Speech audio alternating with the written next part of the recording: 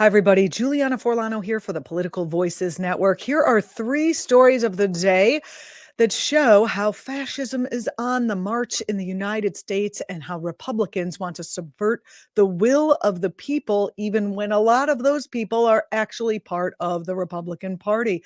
First, over in North Carolina, the legislature approved an abortion ban, overriding the Democratic governor's veto. The Republicans have a supermajority there. They voted to uphold a 12-week ban, overruling the Democratic governor's attempt to stop the bill and preserve wider abortion access. This flies in the face of the recent poll that shows that most voters in the state support the state's current abortion access, which allows the procedure up to 20 weeks.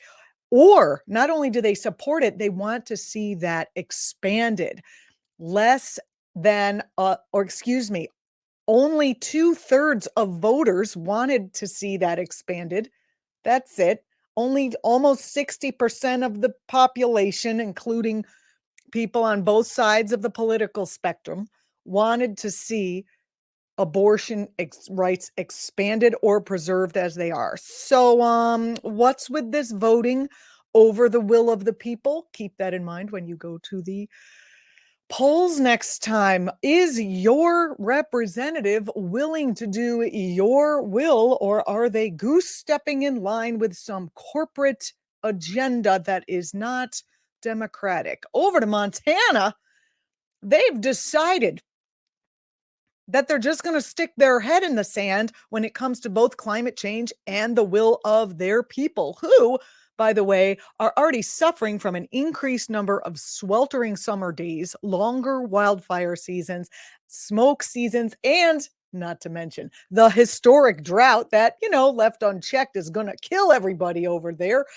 In the face of that, in the face of most people wanting to consider climate as part of the package of legislation when decisions are being made, the Montana governor, named Greg Gianforte — I hate to say that that's probably an Italian last name. I do not like to see Italians choosing fascism again, but hey, I guess some people don't learn. Um, Anyway, that governor has signed a bill into law that stops the state from taking climate impacts into consideration when it's making analysis of what it kind of projects it wants to take on, like power plants and coal mines. So they're not going to be looking at the effect it has on the environment, both locally and globally. This was an extremely controversial measure.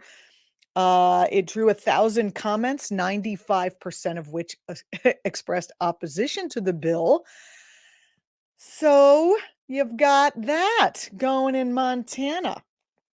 The people don't want that, and the Republican elected official is ramming it down their throats and up their. Uh, Guess what state we're going to now for a fascism report? That's right, Texas. A sweeping Texas bill stripping the authority from cities passed the state Senate on Tuesday and is now likely to be signed by authoritarian Greg Abbott, the governor. The bill takes large domains of municipal and city governing, things like payday lending laws, regulations, laws around rest breaks for construction workers, laws determining whether women can be discriminated against in the workplace for their hairstyles, those kinds of laws out of the hands of cities, which, by the way, are largely Democratic run. And uh, they put those rules into Republican controlled state legislature. They are citing the fact that if you have rules in cities, businesses can't function. I don't that does not actually make sense. How can businesses not function because a woman's hairstyle is too ethnic?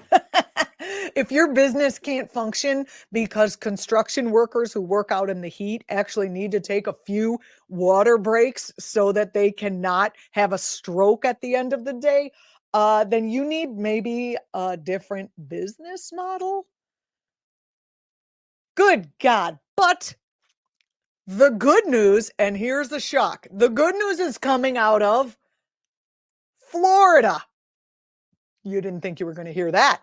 Both candidates running in races who were backed by Ron DeSantis lost. Especially big news is that Democrat Donna Deegan flipped the Jacksonville mayor's office in a major, major upset. I am excited to see where that goes. I'm sure all the crazy Republican fascists are up in arms down there. It's a big deal. It's a big deal to see that people that DeSantis backs did not win. I'm Julianna Forlano. We can stop this. Put your comments below. This is the Political Voices Network. Thanks for watching. Republicans say they won't cut Social Security, Medicare, or Medicaid. But can honest, hard-working middle-class Americans really believe what these politicians say? Republicans said they wouldn't overturn Roe v. Wade. Here's what Supreme Court Justices Gorsuch, Kavanaugh, and Coney Barrett said during their Senate confirmation hearings. Roe v. Wade. It is a precedent of the United States Supreme Court. A good judge will consider it as precedent of the United States Supreme Court. Roe v. Wade. It's settled as a precedent of the Supreme Court. Roe is not a super precedent, but that doesn't mean that Roe should be overruled. Well, we saw how that turned out. They played us for fools. Tell your elected officials to keep their hands off of our Social Security and health care benefits. Fool me once. Let Majority Rule was responsible for this message. LetMajorityRule.org is a project of the Marvin Lucas Super PAC, which is responsible for and paid for this ad and is not affiliated with or authorized by any political campaign or candidate or candidates committee.